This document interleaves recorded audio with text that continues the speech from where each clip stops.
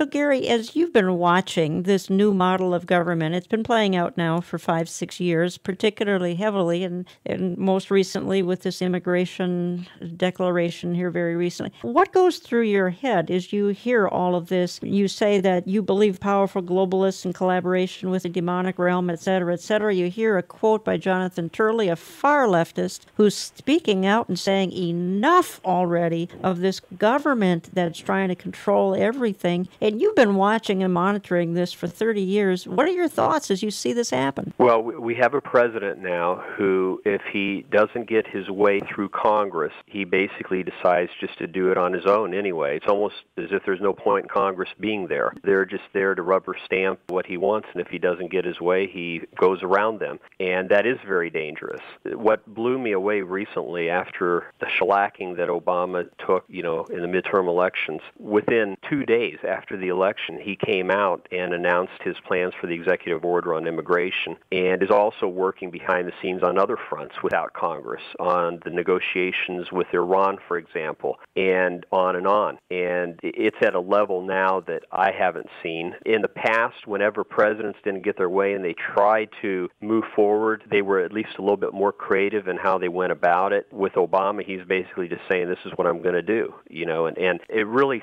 seems as if he's intentionally picking a fight. Again, I was in shock within a few days after the election. I thought he'd wait at least a while to try to do what he's done, but to so quickly and brazenly say he's going to do this or that by executive order when clearly Congress is on the other side, it really does appear as if he's trying to pick a fight, and this could be taking us into a turbulent constitutional crisis. I think we're already in a constitutional crisis with this president right now, but I think things are going to ramp up, and you're going to see more hostility, more taking of sides, and I'm very interested to see how things play out over the next few weeks because that will be very critical. I think the election plays right into the hands of the globalists. We all know that wounded creatures are dangerous, and I don't mean to put any human on the level of an animal, but that's a scenario to think about because right now the Democrats in general are wounded, but Obama in particular has taken this as a slap in the face, and he's decided to go forward no matter what anybody thinks of him. He's not playing as other presidents have and thinking about how they'll be remembered and what legacy they'll leave behind. He's only thinking about the agenda that he had on his mind when he got there. He had it on his mind when he was at Chicago University, and anybody who did any research would find that out. We didn't vet him. We elected him because he had a nice smile and gave a great speech, and that's a dangerous place when America gets there. And people are not informed about this, and they hear me or anybody else say something like that, they take offense and they're taken back by it. But if you do the research, you see this is exactly where he was going. And the Soroses and so on that are off in the background, I'm sure they're salivating at this and any opportunity. And folks, one major, really, really, really bad thing, and you can decide what you think that might be, that would take place in the world, but all it would take for most Americans to collapse and say, I'll do anything to be safe, to have peace. I'll give up the Constitution. I will give up our way of government. I'll give up the things. I'll do whatever it takes. Only one thing. That's the sad place of where we are today and the very dangerous place we are. You're listening to Understanding the Times Radio. I'm Jan Markell. I have on the line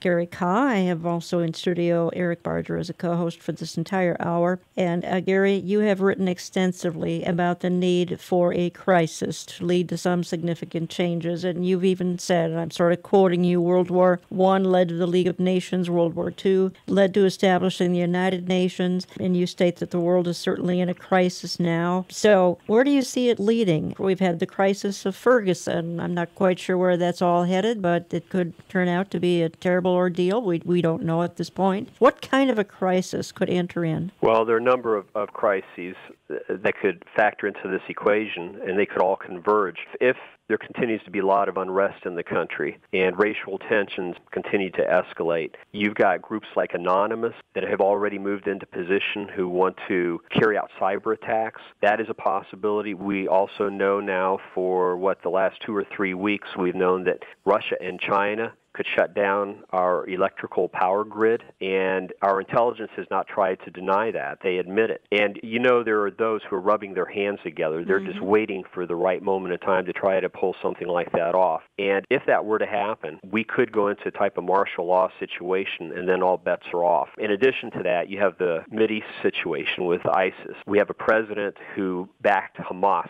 in the recent war. Publicly, he made certain statements that seemed as if he was open to Israel defending herself, but behind the scenes, he was absolutely doing everything under the sun to arm twist Netanyahu to stop. And we had an article in our last newsletter issue written by Caroline Glick, who is associate editor with the Jerusalem Post, that revealed a lot of details and documented those details regarding how Obama really was on the side of Hamas, and how even the liberal Israelis now, they were so disillusioned, they were dumbfounded. They couldn't believe what Obama was doing behind the scenes. In the beginning, they thought it was just Kerry, John Kerry, speaking out of line, but then they realized Obama knows exactly what he's doing, and he's doing everything possible to stop Israel against Hamas. And you can keep going on, but that could turn into a crisis that will carry over into this country, because if the radical Muslims that are already in the United States decide to carry out some kind of an attack, and they're waiting for the right moment to do so, you know right now they've got to be entertaining that thought as well.